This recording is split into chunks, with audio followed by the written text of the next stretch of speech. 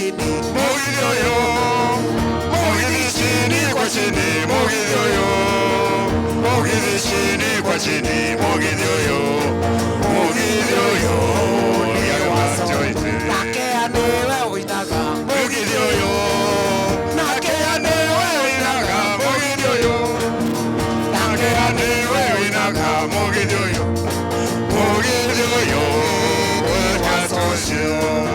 Mogidi ugero kemi, Mogidioyo. Aya, Mogidi ugero kemi, Mogidioyo. Mogidi ugero kemi, Mogidioyo. Mogidioyo, ne wasoshio. Odiaga okega maga, Mogidioyo. Tunaombea kila mmoja ambao amefika mahali hapa, Bwana ukamuinue, ukamuongoze. Bariki nyumba zao, bariki kazi zao katika jina la Yesu. Uinuliwe na utukuzwe Bwana. Tutakapoendelea mfalme na hafla hii Bwana, tunaomba Bwana ukashushe mfalme, roho wako wakae pamoja nasi, tukakuone wewe mfalme ushie milele. Tutakapoendelea Bwana, tutakapomaliza pia tuliinua jina lako, na ni katika jina la Yesu Kristo tunaomba tukiamini. Amen. Pigia Yesu tu makofi mazuri. Asante sana. Anaitwa Peter kutoka Gospel Center International Church. Nazidi kujuza kwamba ni wakati wa introductions na Dada Grace, ningependa kiongozi Grace ungekuwa karibu na mimi. CEO NCCK, wageni wote ambao wamekuja kutoka Nairobi, wageni wote wa Nakuru County, wananchi, hamjambo? Hamjambo? Tunatakana tukue na furaha. Today is the day of... Leo ni siku ya familia, si ndio? So bisha Nakuru West Sub County. Hapa ni tuko Shabab. Our DCC angependa kukuwa pamoja nasi, lakini yuko na other engagement. Our CS has come, so alienda kuunganika nao, na nimekuja pamoja na wenzangu from national government, and we have many stakeholders wenye tuko nao pamoja. So I would want those who are from national government, interior, please come. Amjambo tena. Naitwa Ishmael Omambia, Assistant County Commissioner, Viwanda Division, Nakuru West.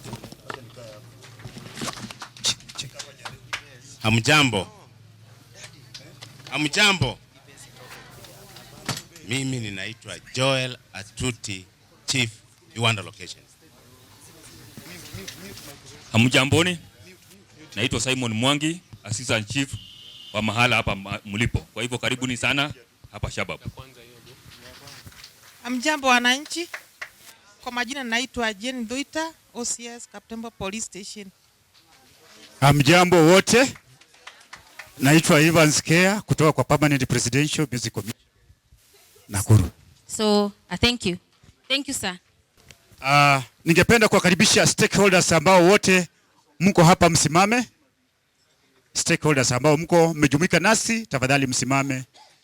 Ningependa kutambua wageni wa heshima ambao wako hapa siku ya leo, na maafisa wote wa serikali ambao wako hapa pia, na wananchi kwa ujumla. Hamjamboni. Hamjambo tena. Kwa majina mimi naitwa Nimrod Kemboi. Mimi ndio mshirikishi wa Directorate of Social Development, County Coordinator Nakuru. Siku ya leo kama ambavyo mmejua tayari, ni siku muhimu sana ambayo tunasherekea jamii, kwa sababu kila mmoja ametoka kwa jamii. Kwa hivyo ni siku muhimu sana hii ambayo tunaisherekea hapa. Ningependa kutambua wale ambao tunafanya pamoja katika county hii ya Nakuru, officers wote ambao wako katika Directorate of Social Development, kujeni hapa. Directorate of Children Services pia, wale ambao mko, kujeni mbele ili tuweze kutambulika. Wageni wetu wa heshima pamoja na raia wetu, hamjambo. Hamjambo tena. Kwa majina mimi naitwa Alice Wanyonyi, nafanya kazi na idara ya watoto hapa Nakuru. Karibuni sana na tusherekee pamoja. Wageni wetu wa heshima wakiongozwa na our director, all protocols observed, na wageni wengine wote hamjaboni. Kwa majina mimi naitwa Peter Warwe Juo, Social Development Officer, Moro Sub-County. Asanteni. Wageni wa heshima, wenzangu wa idara ya Social Development, hamjambo. Kwa majina ninaitwa Jane Sakana, Social Development Officer wa Gilgil. All protocols observed. Hamjaboni. Kwa jina ni Rusi Iraki, Sub-County Social Development Officer Naivasha. Asanteni kwa kuja. Karibuni. Wageni wa heshima, wenzangu, wageni wote, all protocol. Habari zenyu? Kwa majina naitwa Lilian Kariuki, mimi ndio ofisa wa Social Development upande wa Bahati. Karibuni sana. Hamjambo. Kwa majina ni Eunice Njuguna, Sub-County Children Officer Bahati. Wageni kutoka Nairobi, Wakenya wenzangu, hamjamboni. Kwa jina naitwa Ann Kangai, mimi ndiye ofisa Social Development Officer wa Njoro Sub-County. Hamjambo nyote. Kwa majina naitwa Martin Kimani, Social Development Officer Kuresoi South. Our chief guest and all protocols observed, plus Wakenya wenzetu na watu wa Nakuru West, habari zetu. Karibuni Nakuru Town West. I'm the Social Development Officer here. My name is Mary Kirugumi. Kwa wageni wetu wa heshima na wageni kutoka mahali popote Nakuru County, mimi ni Barak Ndire, Social Development Officer Subukia. Hamjambo. Kwa majina naitwa Irene Jerop, mimi ni Children Officer Nakuru East.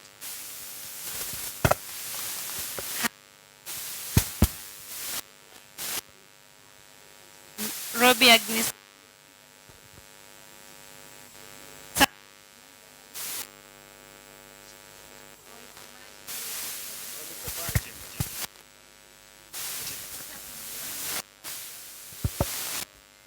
Hi, I'm Robi Agnes Nyasemi, Social Development Officer Nakuru West. Habari zenu. Mimi naitwa Dennis Nyambane, Social Development Officer Nakuru Town East Sub-County.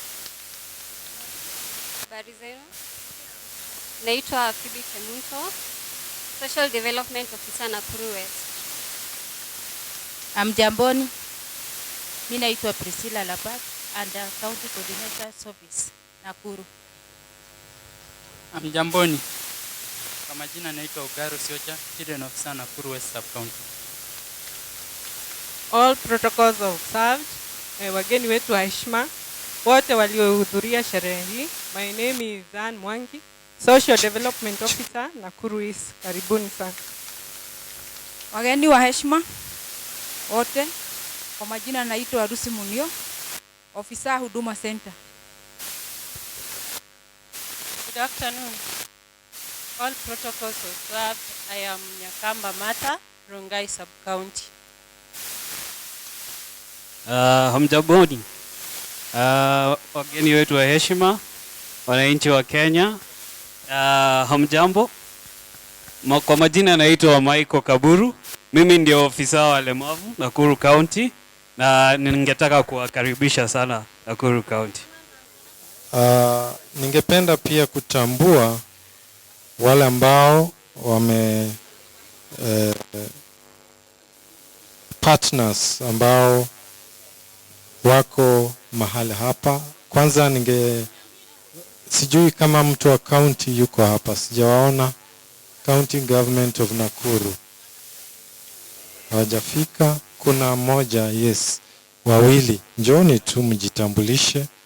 Nakuru County, our partners. Mahali tuko hapa ni ya serikali ya Nakuru County. Wacha wajitambulishe na waweze kutukaribisha rasmi. Hamjambo wote. Mimi naitwa Eric Kimani. Mimi ni coordinator of social services programs Nakuru County. I'm here to represent the CEC for social services ambaye hatakuwa na sisi. Pia CEO Migwi hatakuwa na sisi. So I'm here on behalf of the whole department. Thank you very much. Welcome to these grounds.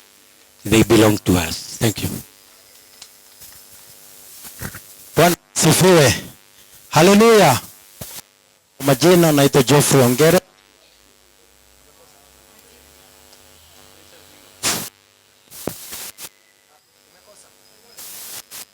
Naitwa Geoffrey Ongere, mimi ndio in charge wa community development kwa West County. Kwa hivyo hapa mko nyumbani, karibu sana, mjisikie mkiwa nyumbani. Karibu. Thank you. Thank you very much Nakuru County kwa kutupa nafasi hii ya kusherekea mahali hapa siku ya leo. Ningependa kutambua pia wale ambao wako miongoni mwetu, our partners. Tuko na wengine hawako hapa lakini husika leo check kufanya siku ya leo iweze kuwa ya fanaka. Tuko na oh yes, sorry for that. Thank you Jen. Ningependa pia kutambua mwenzangu hapa kutoka maeneo mengine. Karibu hapa Jimmy. Nilisahau. Nisamee. Karibu sana Nakuru. Wageni wetu wa heshima siku ya leo, wenzangu kutoka idara yetu na wananchi wote wa Nakuru, hamjambo? Hamjambo tena. Mimi ninaitwa Jimmy Njau Kamandi. Nimetoka huko Kajiado. Mimi ni county coordinator wa social development. Asanteni sana. Nashukuru sana kwa Jimmy kutoka mbali, amepita Nairobi mpaka Nakuru na Kiambu pia hapa katikati. Naona kuna mwenzangu hapa kutoka NGEK, kwa ufupi inaitwa NGEK, National Gender and Equality Commission. Njoo hapa utusalimie.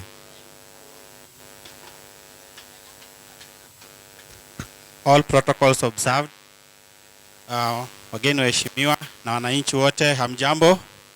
Hamjambo tena.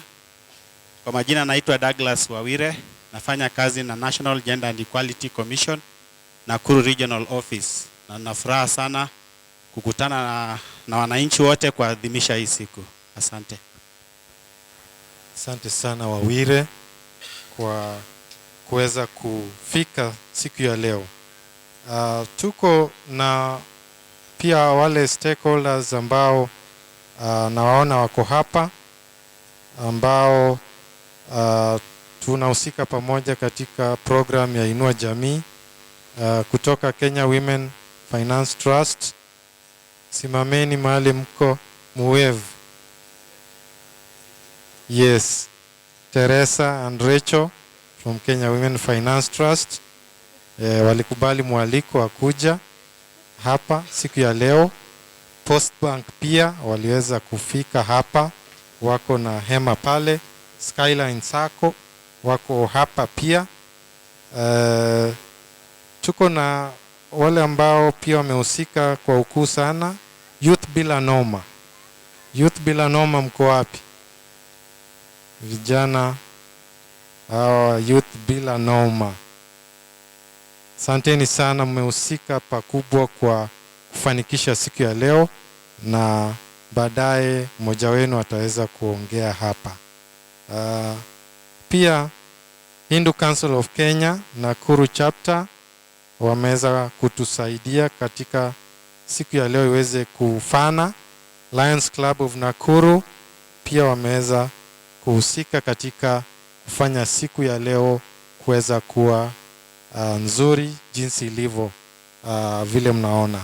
So nadhani pia ningependa kujua kama kuna yote ambaye anawania kiti katika uchaguzi ambao unakuja, aje tu na kusalimia wananchi. Hakuna kupiga siasa, salamu peke yake, jina na unataka kiti gani, basi tosha.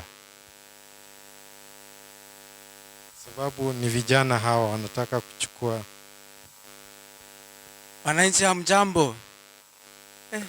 Kwani hamjafurahia? Hiyo ni siku ya sherehe. Wananchi hamjambo? All protocols observed. Wageni wote karibu hapa Shabab. We love visitors and feel at home. Tumeambiwa hakuna siasa. Ndio hatuna siasa, lakini hii ni mwaka ya siasa, si ndio? Kakitu kadogo tu.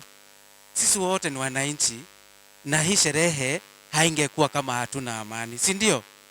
So mimi kitu naweza kuwaomba tuweze kushirikiana na tuweze kudunisha amani wakati huu wa uchaguzi. Hiyo ni ombi yangu ya kwanza. Kitu ya pili, tuweze kuwa watu wenye kulinda jamii vizuri. Si leo ni siku ya kijamii, tukue watu wa kupenda kulinda jamii vizuri. Hata viongozi wenye mnachagua tunamtupiga tu sasa, muangalie viongozi ambao wanafanya nini, wanalinda jamii. That is why hata leo siku nyingine tukikuja kusherehekea hapa tutafurahia. Majina yangu ni Wangali Nicholas Kirago, mimi nawania kiti cha MCA hapa Shabab Ward. Na sifa zote ewe Mungu umetukuka, Bwana tunakupa heshima na sifa zote ewe Mungu umetukuka,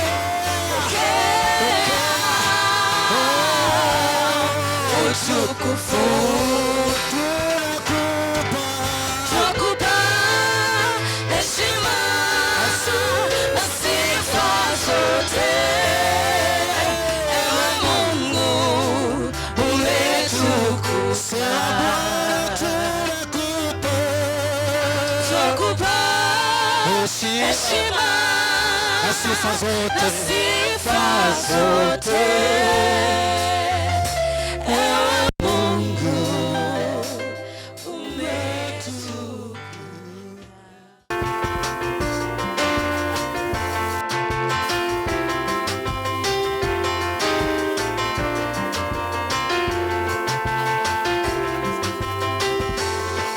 Nalikuja kwako juzi nikitaka kukusabai, mamio alinijibu hayupo katoka. Nikamuuliza kenda wapi, akasema hajui vema. Nikipita vichochoroni na kukuta ukinywa changa, umekwisha potea, umekwisha potea, wapotea mtoto mzuri kwa kunywa changa. Umekwisha potea, umekwisha potea, wapotea mtoto mzuri kwa kunywa changa. Nagusa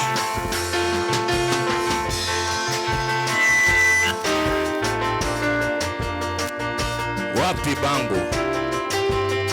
Rumba is rumba. Oh, mama leli oh, siwezi kusema na mwenyewe yupo.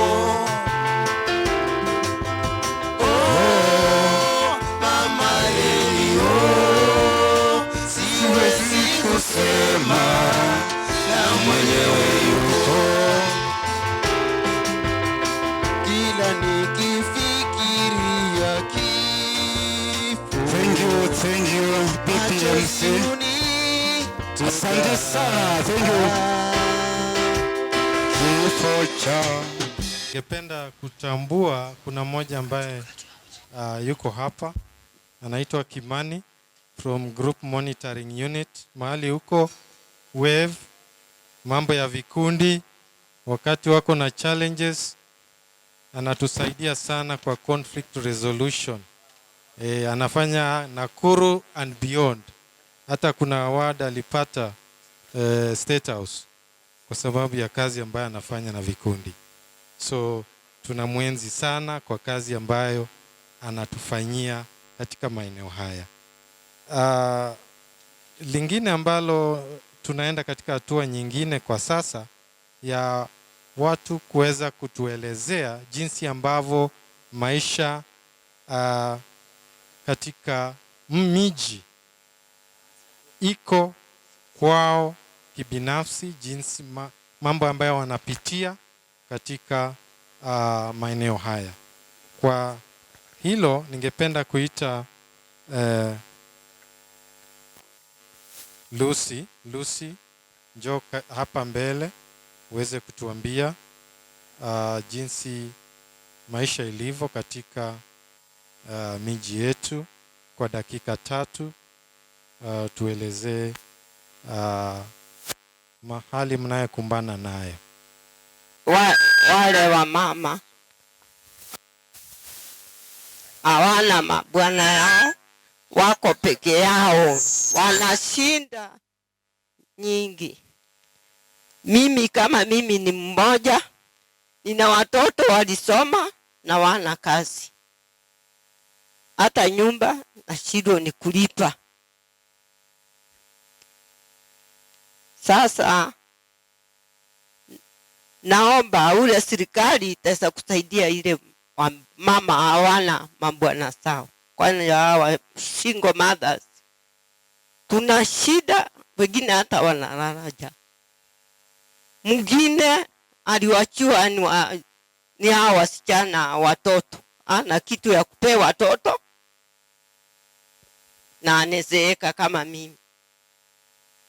Naomba serikali ule itaweza saidia hawa single mothers.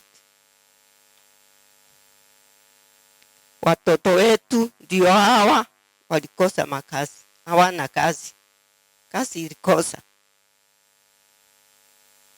Ningeomba serikali ule itaweza kusaidia sisi.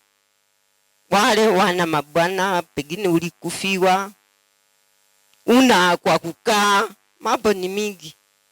Nikisema hivyo mnajua ni nini mimi nasema. Kwa maana wengine wana manyumba. Mimi nitafikisha hapo. Asante sana. Ningependa kumuita Rukia. Rukia wako wapi? Rukia. Kimbia hapa Rukia.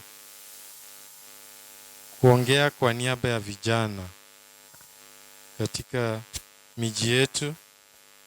Rukia kutoka Youth Bila Noma amekuwa mstari wa mbele kuona kwamba hafla hii inafana.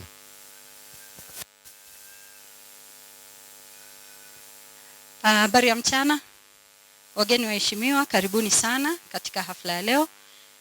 Mimi nawakilisha vijana kama my primary clients. I'm not a youth myself, but the organization that I work for is called Youth Bila Noma. I'm the programs coordinator and my primary clients are the youth. I will give the challenges that the youth face in the face of, on the topic of today and the theme of today, that is urbanization, family urbanization and migration. Nakuru has, in the context of Nakuru, Nakuru is a very cosmopolitan county. We are in a place where we can find all the 43, is it 42 or 43? 43 tribes of Kenya. And Nakuru has all that together. We have a place called Kiamunyi. Kiamunyi is not as people think. It's the short form of Kiambu, Murang'a, and Nyeri. So all the people who were brought in from Central were settled in Kiamunyi. So all these areas have vast history. Nakuru has a very rich and entertaining history in the context of migration. And that is where all of us came to be, here in Nakuru. So when you talk about the heartbeat or the heartthrob of Kenya, you talk about Nakuru. Nakuru, whatever happens in Nakuru, you'll have the ripple effect throughout the country. So if we talk about Nakuru in a positive way, we instill positive values in Nakuru, you will get the ripple effect throughout the country. And this means that Nakuru will have more opportunities, more job offers. Investors will start coming in. So we will try and limit that movement of people from Nakuru County going outside for the purpose of maintaining family unity and making sure that everyone stays and the family unit remains intact. Because you know very well that sometimes distance can create, estrangement in families and breakups. So we would like to maintain the youth and the young people, young families, to stay in Nakuru, stay in a place where they belong. It's only that what we need to do is increase their revenues, increase the resources, increase the number of investors coming in so that the people can stay where they are. I'm sure, but if we keep on working together, synergize our efforts, all these problems can be tackled in a very amicable way. And especially now we are heading into election, let us preach peace and continue to make sure that the young people are not used as jeshi yangu or jeshi ya yule to instigate violence or to create havoc in the community. Thank you very much. Asante sana Rukia for a very incisive speech. Karibu Shisoka, nawakilisha walemavu, wacha aweze kuongea kuhusu changamoto ambazo wanapitia kama wakaaji wa Nakuru. Nashukuru kwa hii fursa. Kwa majina naitwa Job Shisoka. Mimi ndiye mwenyekiti wa Persons with Disabilities Nakuru Town West. Nimeshukuru kiongozi wetu ameongea Bwana Kaburu, na kila wakati tunafanya kazi na ofisi ya Bi Mary Kirokumi na pamoja na ofisi ya Bwana Kemani akiwa na mwakilishi wake hapa Bwana Ongera. Niko hapa ili ku-highlight machache ambayo yanahusu wenzangu, persons living with disabilities.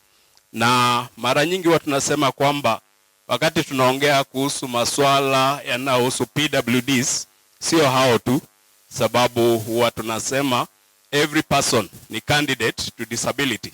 Kwa hivyo anytime hata ukinipata kwa ofisi yako natetea mambo ambayo yanahusu PWDs, jua kwamba nakutetea hata wewe.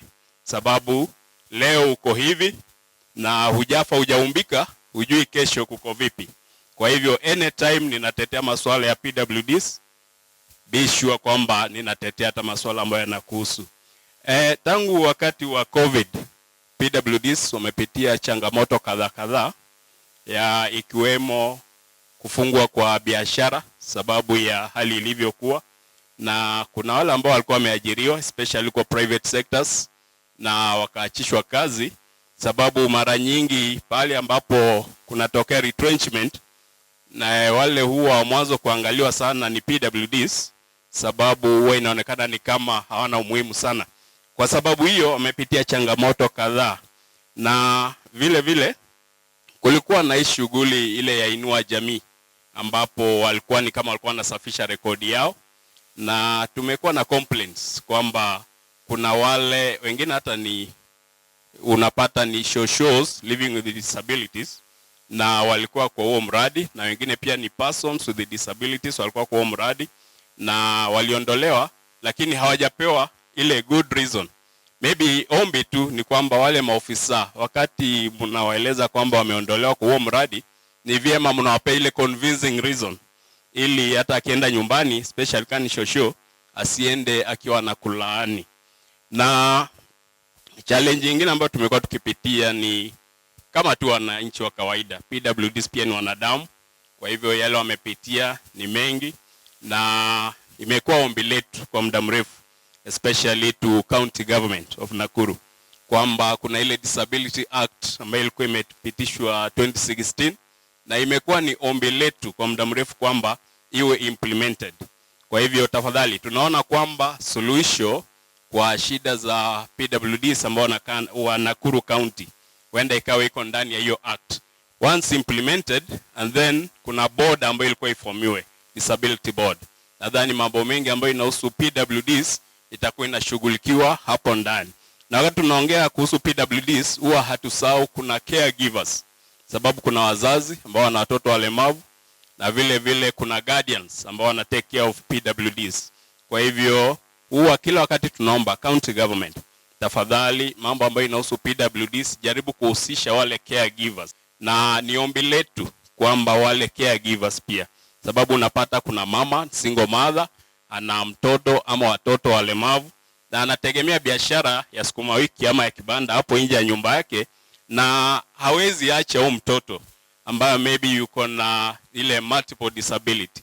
Kwa hivyo huyu mama ni vizuri akipewa waiver ya ile business yake, ili ile pesa angetumia kugharamia ile permit at least ishughulikie kama ni pampers za huyo mtoto na madawa mengine ambayo huwa anatumia. Kuna mengi ambayo tunaweza ongea mpaka kesho, lakini sababu ya muda na pia wamesema hakuna siasa, basi ni sawa. Kwa hivyo sasa nafikiri nimefika mwisho upande wangu. Namkaribisha Madam Grace Kenduyo, director. Kabla sijaendelea nataka kusema Bwana Yesu asifiwe. Mko sawa kabisa? Sisi tumefurahia sherehe. Nitachukua nafasi hii kuita wageni wetu kutoka Nairobi. Nitaanza na ofisa wa division wa Family Promotion and Welfare. Officers wetu kutoka division wa Family Promotion and Social Welfare watajiintroduce, alafu tutaendelea kutoka hapo.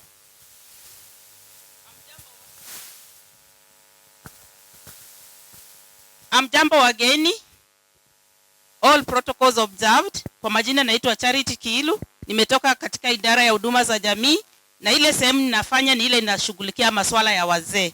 Asanteni, na tumefurahi kuwa hapa, tumeona sherehe imefana sana. Asanteni sana.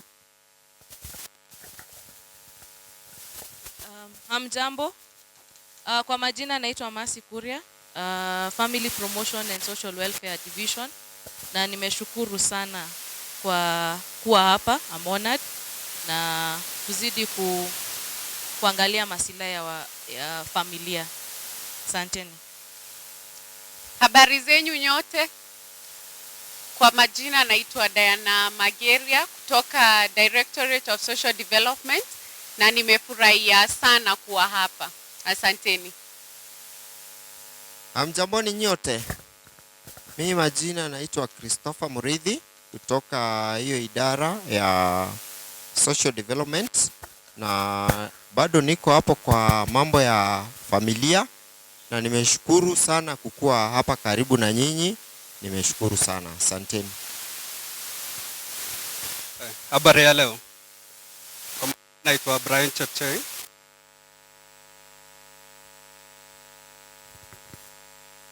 Majina ni Jacinta Mwende Mutuku, ofisa ambaye anasimamia masuala ya jamii. Asanteni sana. Asante sana. Mumesikia hiyo introduction na ni ya maana sana mjue hawa ndio watu wanasimamia maneno ya familia huko headquarters, na walipanga hii siku, lakini hawakupanga hawa wenyewe.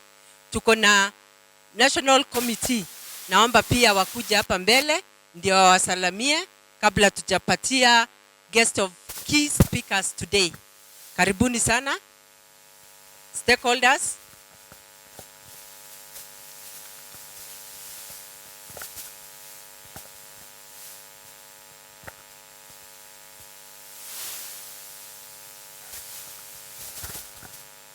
Asante sana. Nitawapatia waseme majina yao na awasalamie. Asante sana. Hamjambo. Kwa majina naitwa Tom Okech. Natoka katika shirika inaitwa La Vie Foundation na mimi ni mmoja ya kamati ambayo ilipanga hii. Asante. Hamjambo. Kwa majina naitwa Noah Nsubuga, natoka kwa shiriki inaitwa Shoulder. Maana yake ni bega. Bega kwa kutegemewa au wamepigwa na umri.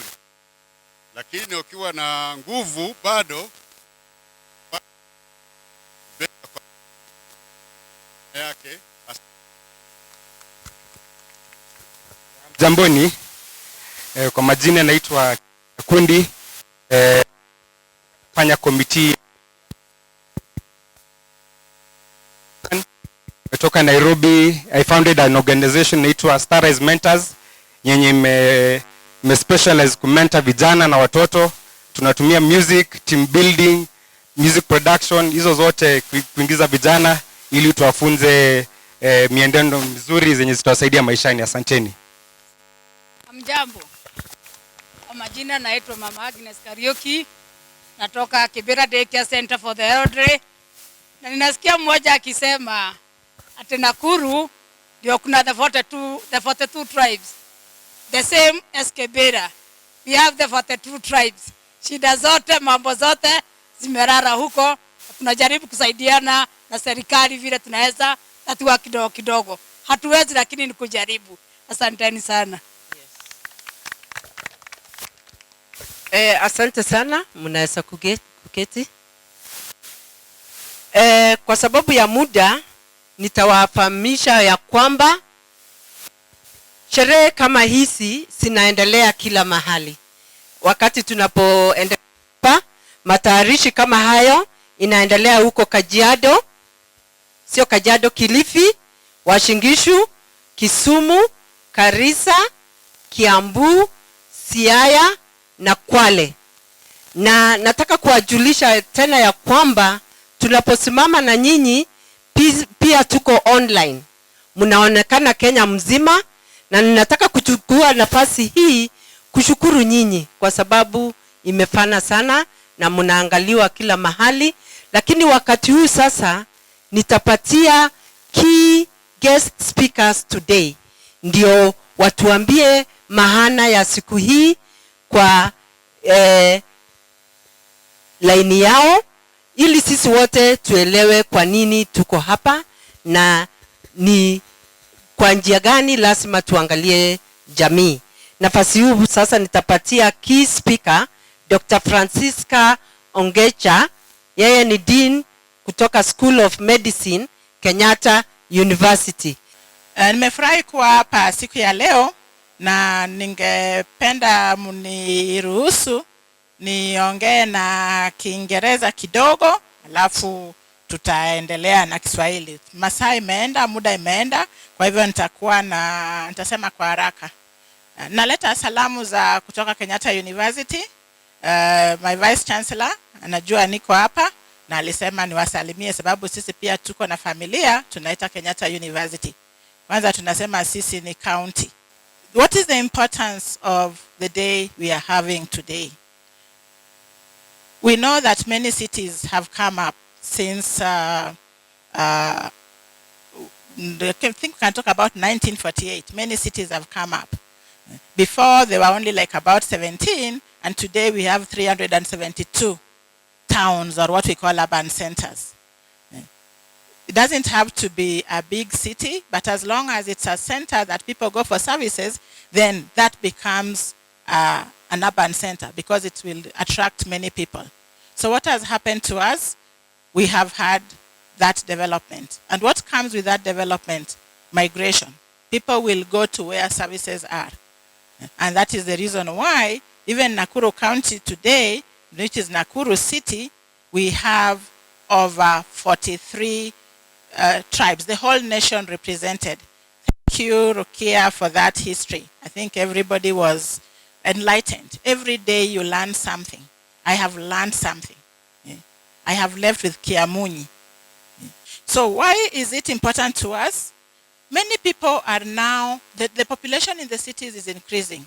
In this country, if we look at the census of 2019, we see that our population in the, let me just give the figures. Sometimes we say where I come from is a research-oriented institution, and figures make it real, yeah?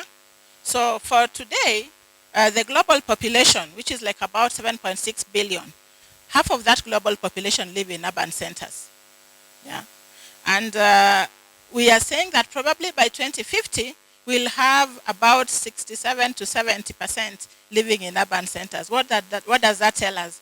We have to start thinking how we are going to sustain, yeah, our livelihoods in the urban centers, how we are going to sustain families in the urban centers.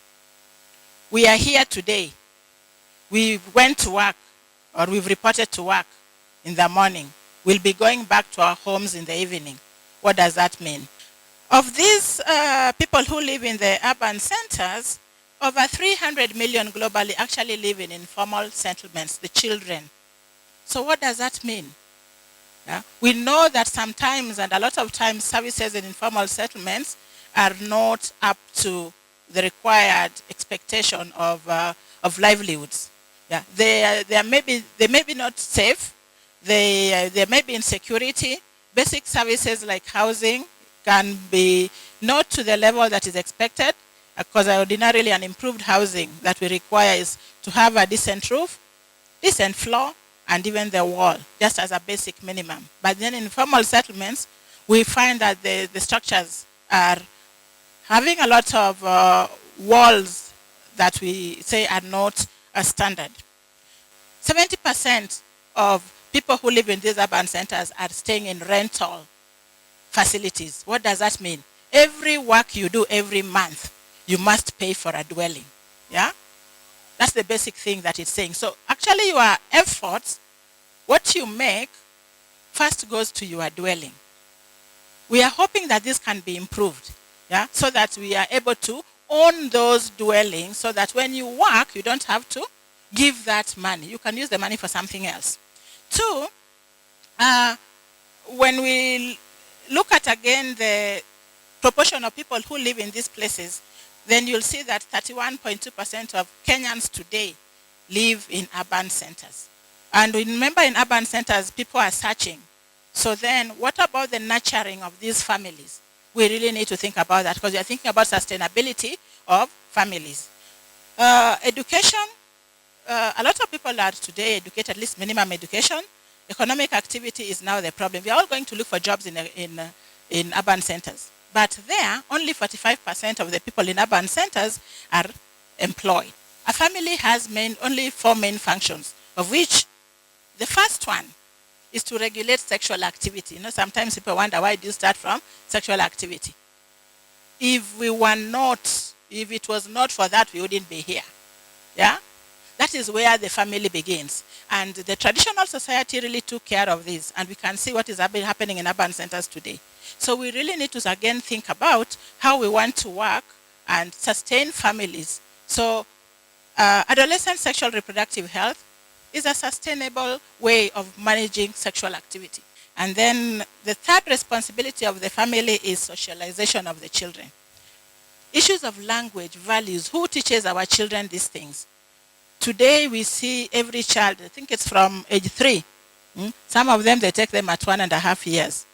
Where I sit in child development, there's something that the parents need to do. The family is the first teacher of the child. So let's look at that and see how we can maintain our values, how we can teach the children the language. I'm happy because CBC today even talks about vernacular, as much as we don't have tribes, but let people have to understand languages. Yeah, it's not about tribe, it's just being able to get some values or get some history of that particular culture. I remember this, the film, Sarafina. They say history can make you want to cry. Yeah, and I know for us, a lot of us, when you get to the history, then you start saying, oh, this is really where we came from. Then you get motivation to do more. And the other bit is economy. We are talking about physical needs of children and the elderly. Today, I was actually talking to Mama Agnes, who takes care of the daycare center at Kibra, and we were sharing. Today, the older persons are at the greatest risk, The care of the older persons is becoming a challenge. And because of increased life expectancy, all of us here will be old. I think you need to remember that. So as they say, as Chisoka told us, that when he's coming to see us in the offices and requesting for services for people living with disabilities, I want you to remember, when you see people coming to ask for services for older persons, remember it is all our wish to live longer. And you can't live longer if you don't grow older. You'll definitely grow older. So just remember, because the prayer every birthday you are told, may you be able to live, should you blow another 1,001 candles. What does that say? Increasing numbers into your age, and therefore you'll be an older person. So the earlier we prepare for this, the better. And more so with urbanization, it's going to be even a bigger challenge, because people have left their homes. They've gone to other places to look for what can be done and what can sustain them. My last point is now the effect of all this in the family. What have we seen? We have seen people move from extended families to nuclear family. Some people think we have lost communities. We have not lost communities. Even in this urban center, even where you stay, there are those estate or residential associations. That is your new community. Yeah. So that would still be able to sustain what we had. Let's look at the positives of some of these movements. It's not all lost. Yeah. So that can still be able to sustain. It's only that we have moved the system and should be able to still support each other in that environment. The other positives that we have is that with technology, there's even much more easier communication. When we are here, I know a lot of us are communicating with people outside. A lot of people are seeing what we are doing here. So there's a lot of communication. Decision making. I was making fun here and saying that if we were in the village, if we're in a rural facility, I mean not rural facility, but in the rural area, the officers who were carrying these 2 tables, they were ladies. Of course, there somebody would call, where are the men around here to carry the tables? So what is it that has happened? Decision making. Sometimes we think we are moving forward, but we are not moving forward. Yeah, because a lot of this money that we try to make, we spend it. I've said the first thing that takes our money is rental. Then the food. We pay for the food from the farm, the transport, the fuel, the guys who removed it. Remember, they paid. They were paid, the workers who harvested this. Then the marketplace, then the county has to take its rates. You have to have that permit. So by the time you are buying this food, you're actually paying much more. So we are asking, are there things that we can do in these urban centers? Are there some corners of these urban centers that can still be able to be used to improve agriculture so that we are able to get some, because I don't think it's everywhere. There are some areas that actually you get bigger chunks that are not used, but we call them urban. Yeah. So let's consider and look at that. How do we retain ourselves. We've seen child labor.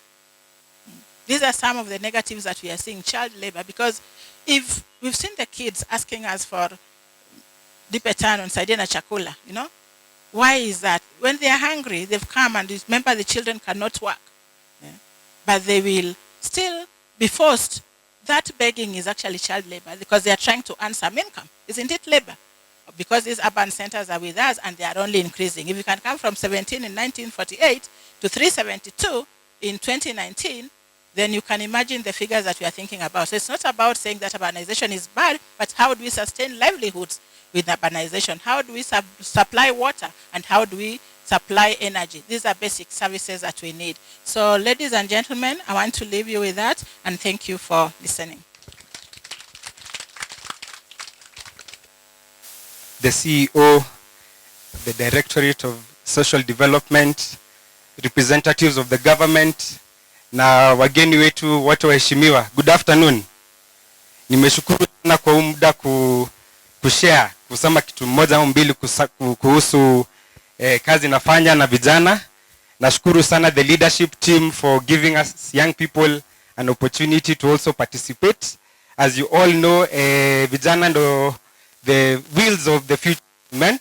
Kwa hivyo nimekuja na rafiki zangu hapa, nimeomba wanisaidie kufanya illustration. And as I give them my tools, turn to your friend, try and say this: red lorry, yellow lorry, red lorry, yellow lorry. Kwa mfululizo, and see what you'll hear. Try. Red lorry, yellow lorry, red lorry, yellow lorry. Aya, kuna mic ingine in the tusikie. Nani anaweza sema red lorry, yellow lorry, red lorry bila kujichanganya? Red. Nasikia rua. Nasikia ruaka. Very good. Now, I have very few minutes. Niko na muda mfupi. I want to tell you a story, and through my story nitatoa somo langu. Once upon a time, kulikuwa na mzee, like Rukia alisema. Rukia nilifurahia presentation yako. Mzee nitamuita Kimathi. Kimathi was born before 1948, during very hard times, when people were not allowed to buy land in a place like Nakuru. Very hard times. Through those hard times, he became a very strong man. Strong people. Haya. Good times. Very good. Haya, asante. So I'll start my story again. Kim alizaliwa wakati mgumu. Ilibidi amke mapema kuchunga ng'ombe, kuchunga siblings wake na kabla ende shuleni. Kutokana na hiyo akakuwa he became a strong man. Out of the strength, he created good times. Yani akaanza kununua shamba, akaanza kuwa na pesa kidogo, alafu akapata watoto. Sasa kwa sababu watoto walizaliwa kwa mkati mzuri, wakakuwa nini? Wakakuwa weak people. Now, from the weak people, guess what happened next? Wakarudi? As you talk about urbanization, tuko hapa. Good times. Wazazi waliopitia hard times, wakapata watoto, wakasema mtoto wangu asipitie chenye nilipitia nikiwa mtoto. Tulikuja kunywa chai na marafiki zangu, walikuwa niambia there are some young people wamekuja kazini, they are delegating to their seniors. Yani anapatiwa kazi, anarudishia mkubwa wake, kwa sababu baba yake is a strong man who got a big position. From that big position, he got weak children. So unajua, kama hapa kukuja hapa leo tulitoka Nairobi VM. Subuga, our pastor, he was seated in Nairobi CBD at 4:30 a.m. akitungoja, a strong man. Sindio? Nikiongea naye akaniambia, whatever you explaining, kuna mtu alikuja kwa ofisi yangu akasema, sipendi huu house girl wa baba yangu. Hii nyumba hatuishi vizuri. Ana complain kuhusu house girl wa baba yake akiishi kwa nyumba ya baba yake. And that is where I've missed a lot of young people wako. So as far as mentors huko Nairobi, we are trying to correct that. Tunajaribu kukosoa hiyo jambo. One of the things tunafanya inaitwa class experience outdoor. Tunatembea na vijana, especially children and in high school. We begin to use team building. Tunatumia team building kuonyesha jinsi ya kuwa na zile life skills zitawasaidia in the workplace. For those who have completed university, we've introduced something called industry-based mentorship initiative. Tuko na shule Nairobi ya muziki, we have very many children, and instead of kuwaleta tuambie now you should work hard, tuna-invite kwa shule and they work with us from morning till evening. Before aende ambie baba yake, daddy, ninataka unipatia $500,000, I have a business idea. Do you think mtu ako weak? Unaona kama itawezekana yeye kufanya kazi kama ya babake bila kuwa strong? Hapana. Kwa hivyo kwa wazazi, as I finish, kwa sababu niliambiwa we have a very short time. There's a story of a supermarket, because on national social media I will not mention the name. It had a mattress. A name na mattress, ndio? Na ilianzishwa hapa na mzee na akaanzisha pia ingine ya kala yake ni orange. Pia kulikuwa na supermarket ingine ilikuwa na muhindi. So these three people were very good friends. Hard times. Wakangangana pamoja, wakaanza biashara ikaanza kukua mzuri.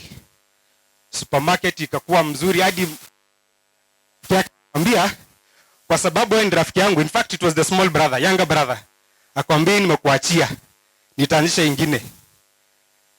Wakangangana miaka mingi, alafu watoto akakufa na akaachia watoto huko Nairobi. Mliona kwa news? Walingangana wakasema hii ng'ombe badala kutafuta maziwa wacha tuichinje tumalize haraka. Weak people.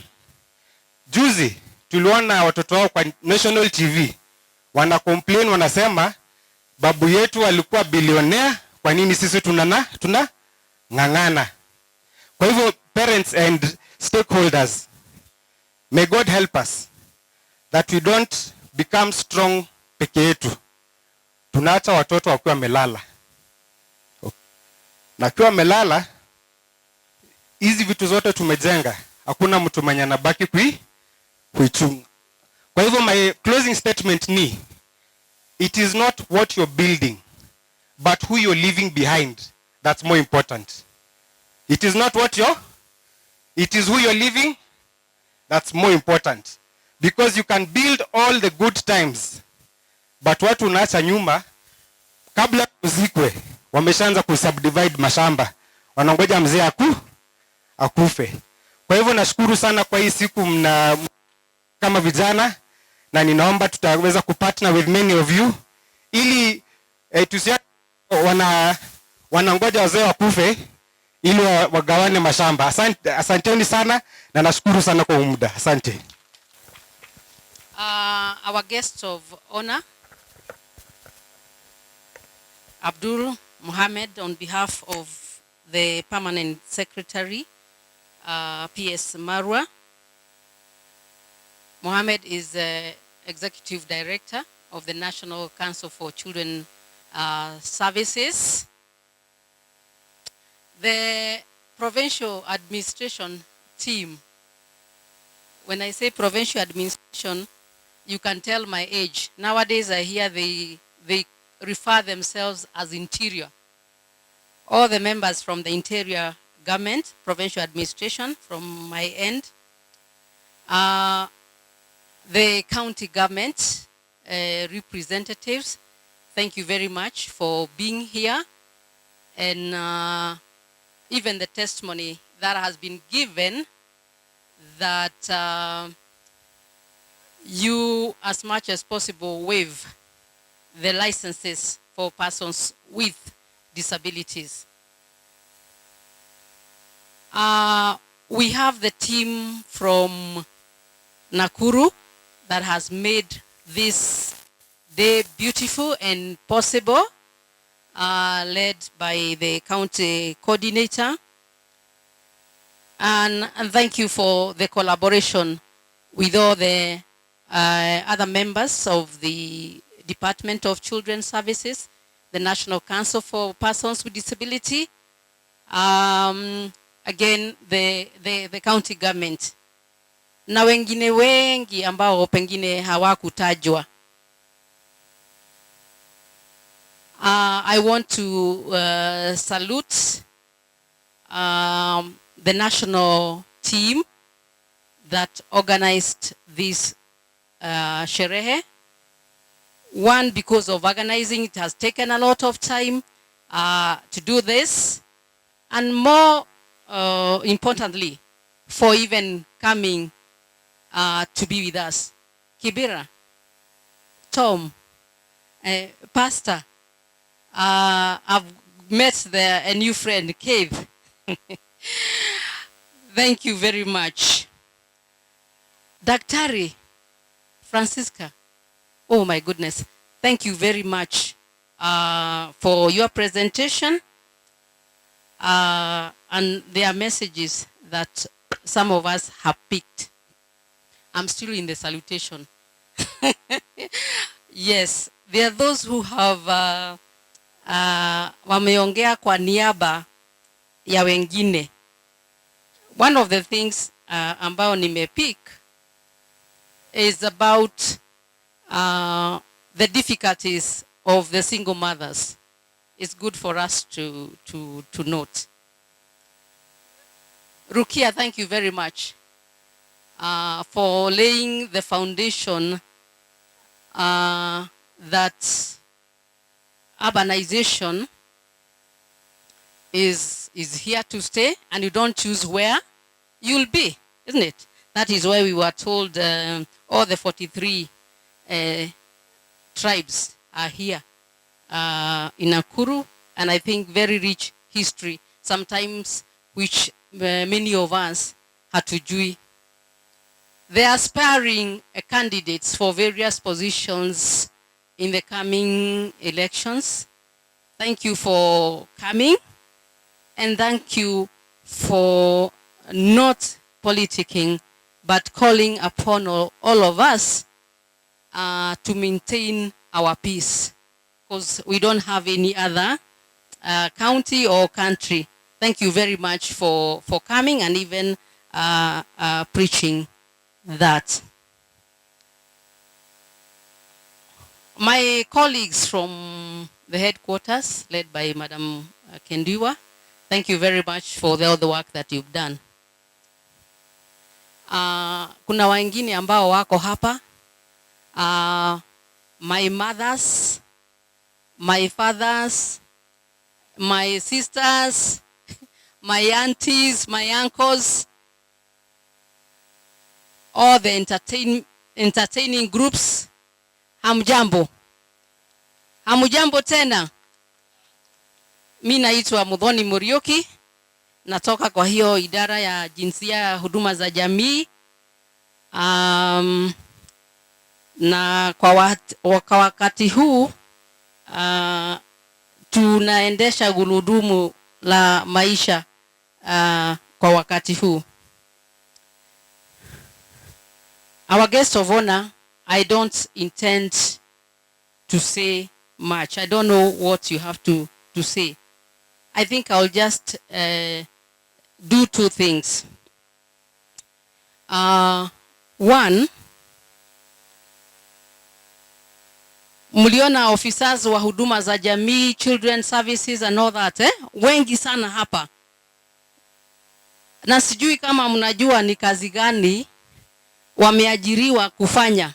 So ningetaka kuchukua dakika kidogo kusema idara hiyo ya social services na wale wasichana wachanga na vijana wenye mliona ni kazi gani wanatakana kuwa wanamfanyia. Idara ya social development, kazi ya kwanza ambao inatakana kuwa inayafanya ni kumobilize wananchi, na wananchi na maanisha youth, women, older persons, kila mmoja, hata people living with disabilities, kuwa mobilize ndio wakuje pamoja ku-identify yale shida ndogo ndogo ambao inatatiza inatatiza sisi tukiwa huko mashinani. Then wakisha waleta pamoja kutambua ni shida gani ambazo wako nazo, pia wanawaandikisha na kukuja na mwelekeo ni kazi gani ambayo tunaweza fanya ndio tutatue hiyo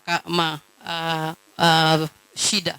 So the Department of Social Development mobilizes and registers community groups for purposes of self-improvement.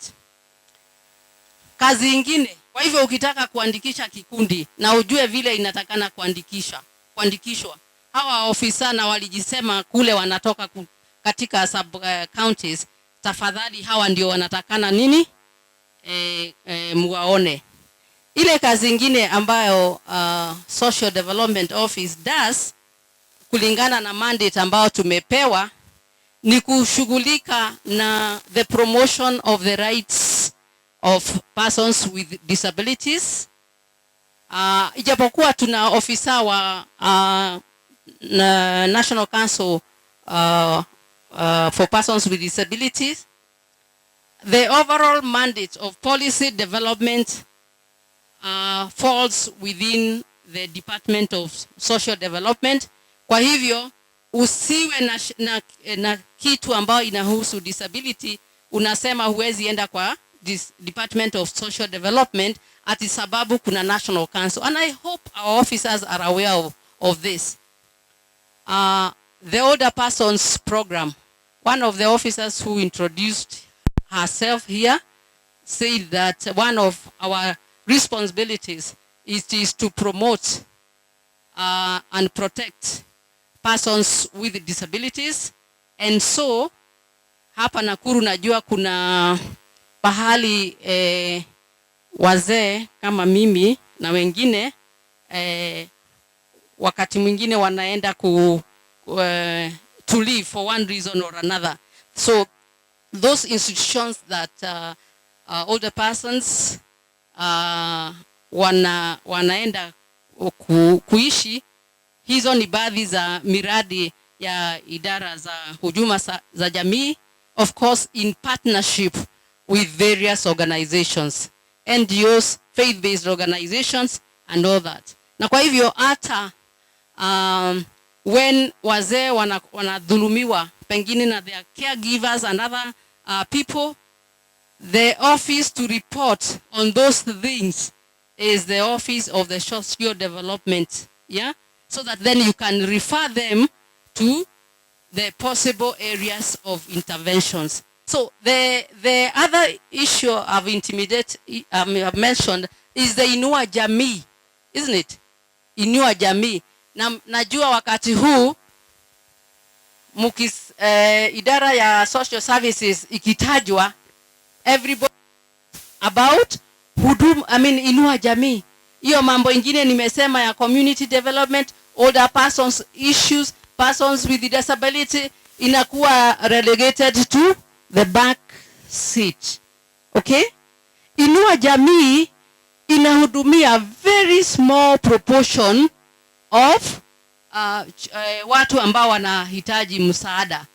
Inahudumia watoto yatima. And maybe even our guest of honor will tell us how many people are benefiting out of that. I don't think it is even 1% of the children who are in need of care. Okay? Older persons, we are only able to support about 800. And that is across the country. I don't know, Director Nakuru, how many people older persons are benefiting from cash transfer.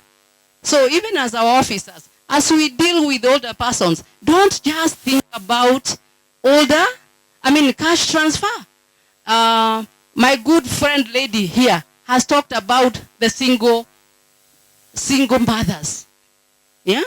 What are we doing about single mothers? Do we need to refer them to Inua Jamii? Yeah? No. What do we need to do? So, and then the last one is the family protection and the reason why we are here. Yani mambo ya jamii. I think for a long time, sababu all of us tunatoka katika jamii. Nobody has ever even imagined that there should be some programs that focus on the needs of the family.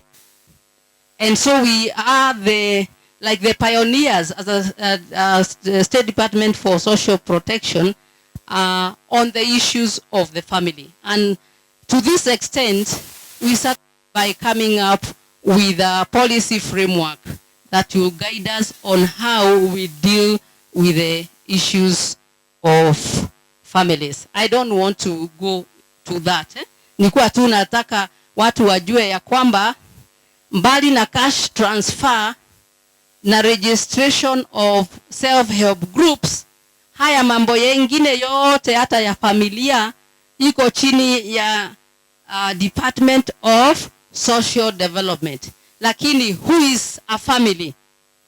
Familia ni nani? Ni nini? Can you have a family without children? Tutaweza kuwa na familia bila young people? Are we going to have families without men? Are we going to have families without women? The youth, the older persons with disabilities, they are all part of the family. And after also hearing what we have heard about migration, and even also hearing what Keith has told us, that it is not what we are building, it is what we will live after we are gone. So for me, the only thing that I would want to say is that it's about retirement. How do you prepare for retirement? Sababu si tunaenda wote kwenda kuwa old. Yeah? Saa hii yuko 5 years old. You are 35 years old. You are 55. You are 70. We are all growing old. So from my little knowledge is that we must prepare ourselves for the next stages of life now. Sindio? So that we have no reason of our young children, our children wishing that I go so that they can inherit, isn't it? We should be asking ourselves at whatever level, at whatever age. Now, I used to be a community development officer many places, and if somebody does not time me or tell me, guys, stop, I can go on and go on. So thank you very much, all of you, for honoring us with your presentations, your presence, and all the information that we have gathered. So can we welcome our guests with makofi? 1, 2, 3, karibu. Our guest of honor, speak to us. Thank you. Fungua. Thank you. Thank you very much, Madam Josephine Muriuki, Director Social Development, Dr. Francisca, Dean of School of Medicine, Kenyatta University Lecturer and Consultant Psychiatrist, Mr. Keith Yambene, Director Star Mentors, Pastor Noah Shoulder Trust, Mr. Okech, Executive Director, LaVey Foundation, Madam Agnes, Director, Kibera Day Center, Mr. Sailesh Seth, Chairman Hindu Council of Kenya, officers from the Ministry of Interior and National Government Administrative Officers, directors from the Directorate of Social Development, entire officers from the staff of the State Department of Social Protection, Senior Citizens and Special Programs, all state officers from both county and national government, partners, all stakeholders, all protocols observed. I'm very happy indeed to be part of this meeting today. This is a very great day because we all know what the significance of a family is. My names, as have been earlier said, Abdunur Mohammed. I am representing our permanent secretary for the State Department for Social Protection, Senior Citizen Affairs, and Special Programs. Master Hospital Nelson Marwa here. We mark today the International Day of Families, and if we were to ask ourselves what a family is, the large crowd of us who are here, I'm sure each one of us will have a word to say, and it will all be a positive word. But what we definitely know is these are a group of people, one or two or more, who are together and binded by some things like blood, marriage, kinship, fostering, adoption, or any other relationships. But the very important thing here is the relationship which is there. Is a relationship that is based on no payments. It's a free relationship where again you enjoy all you require and all you need to get. It is a source for our love, for our affection, for our growth, development and care.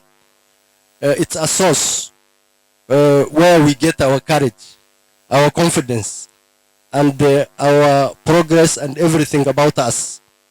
Indeed,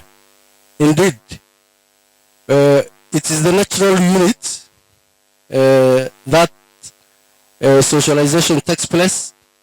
And as earlier having been said by Daktari, as a child development expert, today's family needs to change in some ways because we have seen our children are not socializing in the natural way, but they are socializing in an electronic and remote way, where we have left socialization of our children and the learning of our children mostly to the TV and other electronic modes, including the mobile phones and other avenues that are there. We all very well understand that we are at times that have changed and we must change with times. It's obvious we cannot avoid using those technologies. But as families, as the natural socialization agents, and as parents, we are asked to guide our children to ensure that our children see, observe, and learn mostly practically from us. Whatever also they may be learning from online or other remote avenues should be something that is guided. Otherwise, we fail to be disintegrated families, as Madam Josephine Muriku has said. On the other side also, we need to strengthen our families. We have just had, although there are hard times, but hard times have ever been there, as the mentor team had told us.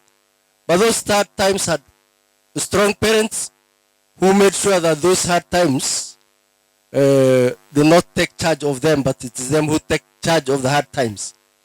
And we have heard there are many children actually who are in undesirable acts, including begging, child labor, and other vices like even child trafficking. We know there are threats like sale and trafficking of human beings. We also understand there are many children who are in institutions, whereas children are supposed to be at homes and within families. And that's where they best grow and reap the best. It's in line with that the State Department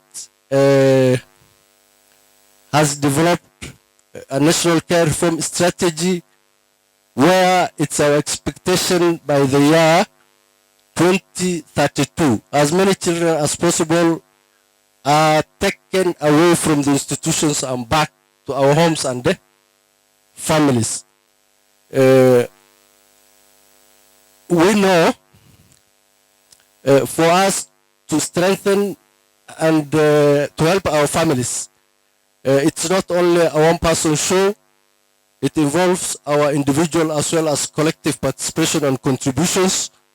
And I call upon all us to do as much as possible our individual and collective efforts to ensure that we strengthen and support our families. As for the government, and on behalf of the Permanent Secretary and even on behalf of the government, I wish to assure you that the government is obligated, and it is evident even by hosting this activity, that the government is determined to ensure that families are supported and strengthened. As I join you here today for this important day, it's also a testimony to show the commitment that the government has, that the government is ready to support, strengthen, and do as much as possible to help the family. However, I still repeat that it's a responsibility for all of us.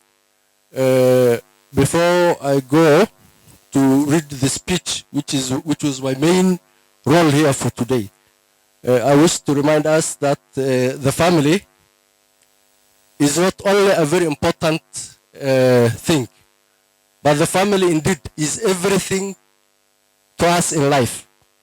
Having said that, I wish to honestly request you to allow me to continue and proceed to read the speech of the chief guest. Government ministries, departments and agencies, MDS, development partners, UN agencies, representatives from the United Nations, civil society organizations, organizations of older persons, disability person organizations, academia, family promotion stakeholders. Distinguished guests, ladies and gentlemen, it gives me much pleasure to join you on this auspicious occasion to mark this year's International Day of the Family. We are gathered here today to celebrate and appreciate the important role families play in the society. Every year on the 15th of March, the whole world celebrates families and reflects on the importance society attaches to families and provides us with the opportunity to promote awareness on issues relating to families. The theme for this year is families and urbanization, aimed at raising awareness on the importance of sustainable and family-friendly urban policies. Globally, more people live in urban areas than in rural areas, with 56.2% residing in urban areas. In our Kenyan context, Kenya is still predominantly rural, but it's rapidly urbanizing with about 31.1% of Kenyans living in cities according to the 2019 Kenya population and housing census. Nairobi County is the most populous region with a population of 4.3 million residents, followed by Kiambu County with 2.2 million residents and Nakuru County with 2.1 residents. While it is estimated that Kenya's total population will double by the year 2045, the urban population will be more than quadruple. By 2033, the country will reach a special tipping point where half of Kenya's population will reside in the urban areas. Ladies and gentlemen, rural to urban migration, natural population increase, and transformation of rural and peri-urban spaces to urban spaces, just to name a few, are some of the factors shaping urbanization in Kenya. We cannot undermine the significant contribution families make towards the development of this country, and the impact urbanization has on families. Families are rapidly transitioning from traditional structures that favored large families to modern trend towards smaller nuclear family units as a result of rural and urban migration. Unfortunately, this rural to urban migration has posed significant challenges to the family unit, where a significant number of families migrating to cities in search of job opportunities are absorbed in informal settlements. There is also the challenge of family breakdown and the decline in parental authority. Ladies and gentlemen, the government of Kenya has put in place a number of measures to promote the well-being of families and achieve sustainable urbanization in line with the Sustainable Development Goal 1 of poverty eradication, SDG 3, good health and well-being, and SGD 10, reducing inequality, and SGD 11, to make cities and human settlements inclusive, safe, resilient, and sustainable. The government, in collaboration with UN Habitat and other stakeholders, initiated the Kenya Islam Upgrading Program in 2024 to improve the lives and livelihoods of families working and living in slums. To date, 822 housing units and 245 market stalls have been constructed. The government has made strategic investments to ensure all residents of Kenya can access essential health services under the Universal Health Coverage (UHC). This is a national priority of the government of Kenya. The President of Kenya, His Excellency President Uhuru Kenyatta, on February 2022, launched the national rollout of the Universal Health Coverage (UHC), and it's a successful piloting in 4 counties of Isiolo, Kisumu, Machakos, and Nyeri. Access to safe and affordable housing with related utilities, dedicated cyber facilities for access to communication and information, facilities that offer opportunities to enhance socio-economic participation and social inclusion. Ladies and gentlemen, as we mark this 28th anniversary of the International Day of the Family this year, we ought to appreciate families for the role they play in the transfer of culture from older generation to the younger generation, and passing on of values of hard work, discipline, and solidarity to them. Enlisted lay volunteer counselors in all the sub-counties to provide guidance and counseling service to individuals and families in distress and in need of care and protection. In the process of developing of a national parenting program whose aim is to strengthen the capacity of families to foster healthy family relationships, mental health issues, promote healthy child development, and minimize the risk of separation. Ladies and gentlemen, in line with this year's theme, the State Department of Social Protection, together with the state stakeholders both at the national and county sub-county levels, organized a week-long activities that have culminated to today's celebration in Nakuru County. As I conclude, I wish to take this opportunity on behalf of the ministry to thank the planning committee members and all the stakeholders who have spent their time and resources to make this occasion a success.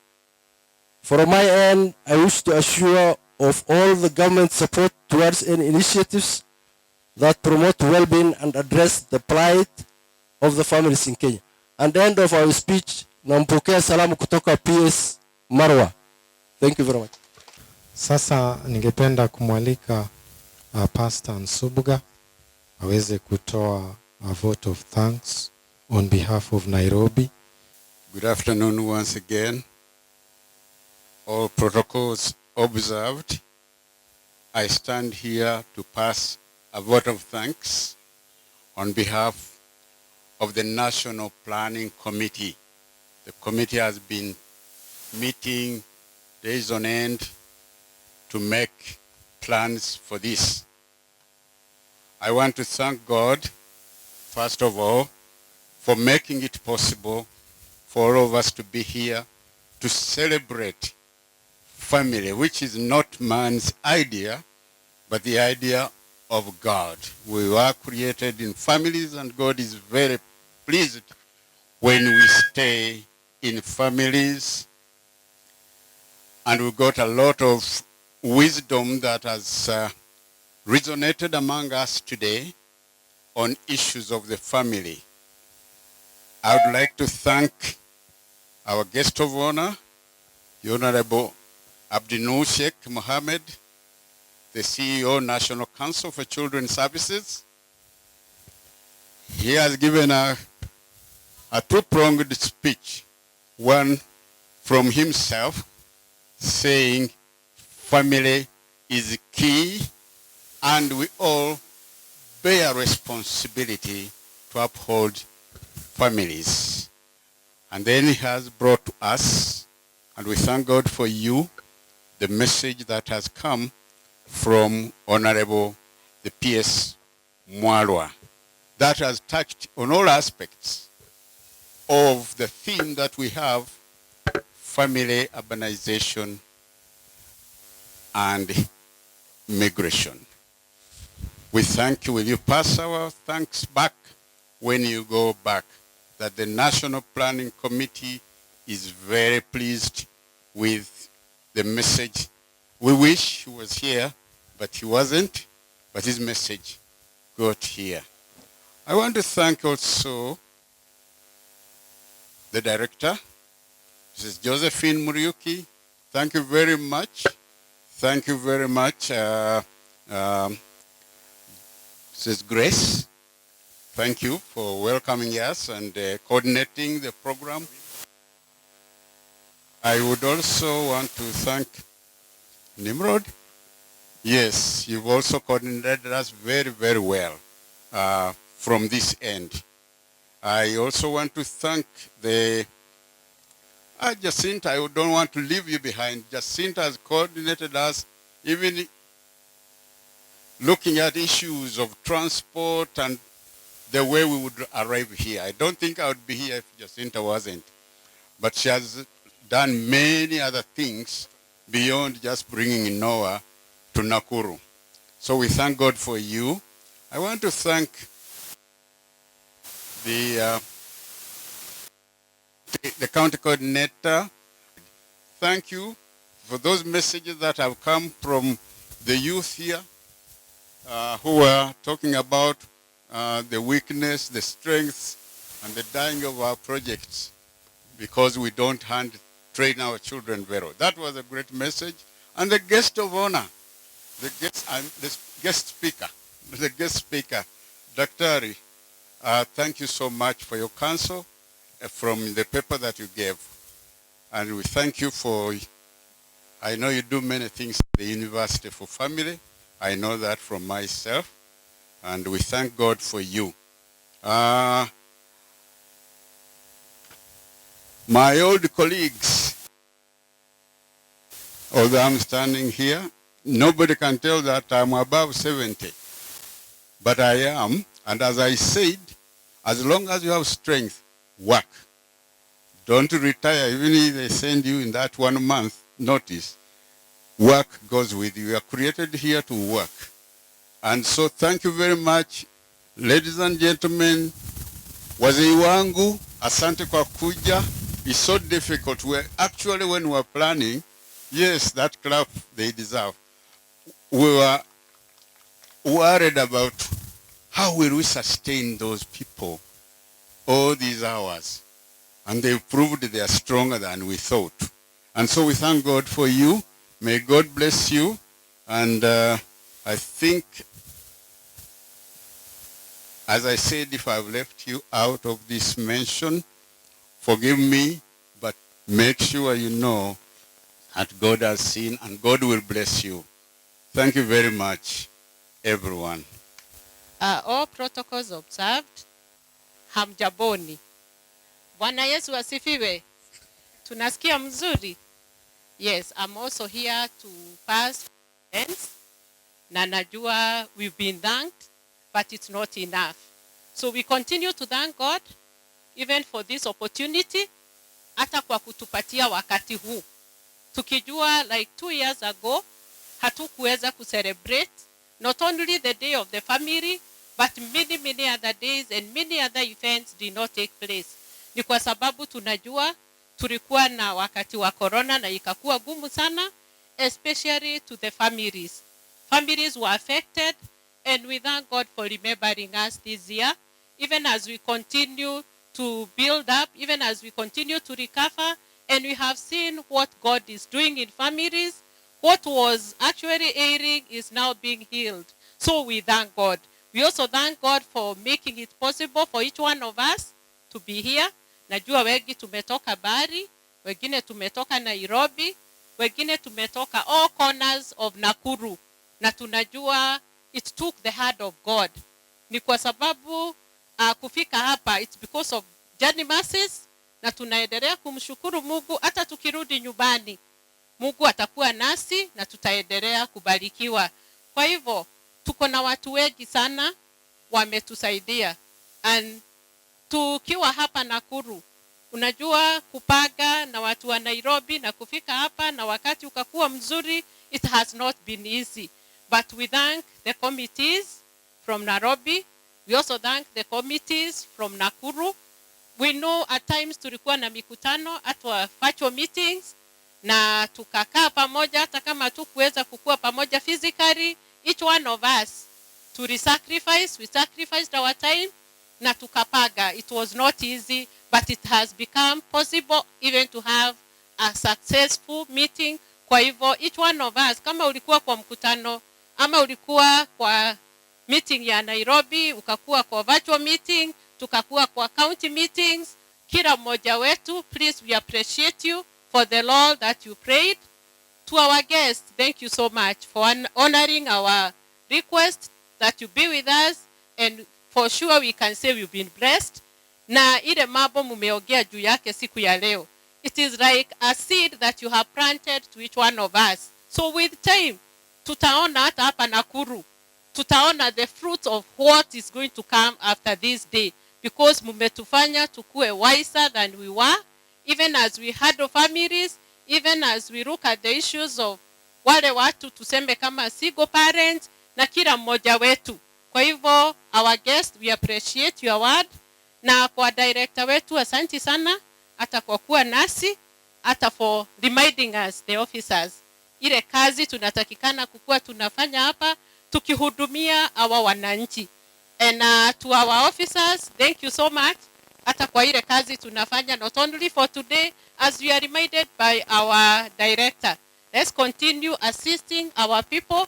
Hawa wote wanatugojea, wakiwa wazee, wakiwa youth, wakiwa watoto, wote tuendelee kuwasaidia na Mungu ataendelea kutubariki. We always say service to humanity is service to God. So above all, as we continue doing our work, God is going to bless us na aendelee kutuinua hata kwa familia zetu. Kwa hivyo, maybe I may not recognize it, I may not mention you by name, but I want to recognize the county government of Nakuru. You've been with us. We appreciate the role that you played. We also appreciate the youth, Bira Noma, the Skyline. We also recognize you. We also recognize the Hindu Council for the role that also you have played to the Lions Club of Nakuru. Also, we appreciate you. We also thank the county commissioner, the commissioner for the role, and also for your officers. Ile kazi yote tumefanya. Kwa hivyo kila mmoja wenu, hata kama sija kutaja, feel appreciated. Musikie, tumesema asante sana, tukasema mbarikiwe, hata tukimuita tena, hii siku ni yenu. Bila nyinyi hatuwezi tukakuwa na siku kama hii. Kwa hiyo, you have made our day beautiful, na tunasema asanteni sana, na hata mkifika nyumbani, muendelee kutenda mema, na mtaendelea kubarikiwa. Na kwa the ones who are watching us online, we cannot forget you.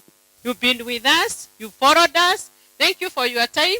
Na najua hata nyinyi, you have also become wiser. There's something that you brought today, one or two things about the family. Kwa hivyo, asanteni sana kwa kuwa nasi online, na hata tukimalizia, tunasema asanteni sana. Kwa hivyo, kila mmoja wenu, tunasema mbarikiwe, Mungu aendelee kuwainua na watendee mambo mema. Asanteni sana, na mkifika nyumbani, msalimiane. Na finally, this is the newest city, Nakuru.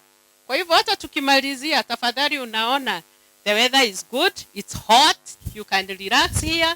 There's a lot of security. Karibuni na karibuni tena na tena sana. Asanteni. Ya Allah, tumejumuika, tumekuja sote kufurahikia siku ya familia duniani, na wale ambao wako nyumbani ya Allah uweze kuwapa afya, uweze kuwapa uzima. Wale ambao wako hospitalini ya Allah wape uzima. Ya Allah, kila mwenye maradhi yake, kila mwenye haja zake uweze kumkidhia ya Allah. Ya Allah, unsurna fa innaka khairun nasirin. Ya Allah, rzuqna fa innaka khairur raziqin. Ya Allah, usturna fa innaka khairus satirin. Rabbana atina fid dunya hasana wa fil akhirati hasana wa qina adhaban nar. Wa sallallahu ala sayyidina Muhammad sallallahu alaihi wasallam. Tumeomba na kuamini. Mungu nguvu yetu, ilete baraka kwetu, akili ngao na mlezi, na tukae na udugu, amani na uhuru, raha tupate na ustawi.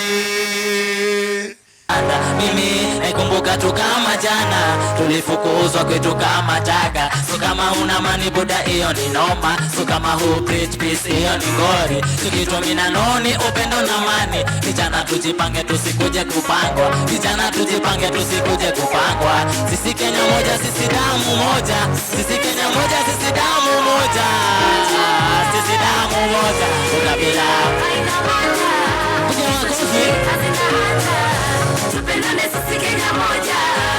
Nikawambia ukipatana na mama Otis, eliminate Otis ubaki na mama. Ukipatana na baba kama, eliminate kama ubaki na baba. Ukipatana na bro Koech, eliminate Koech ubaki na bro. Ukiquit the relationship utapata the reason why. You need a family na extremism is a disease. This goes to fellow Kenyans, less than for the peace, for the love, unity, and if they ask who said so, tell them, is it wrong?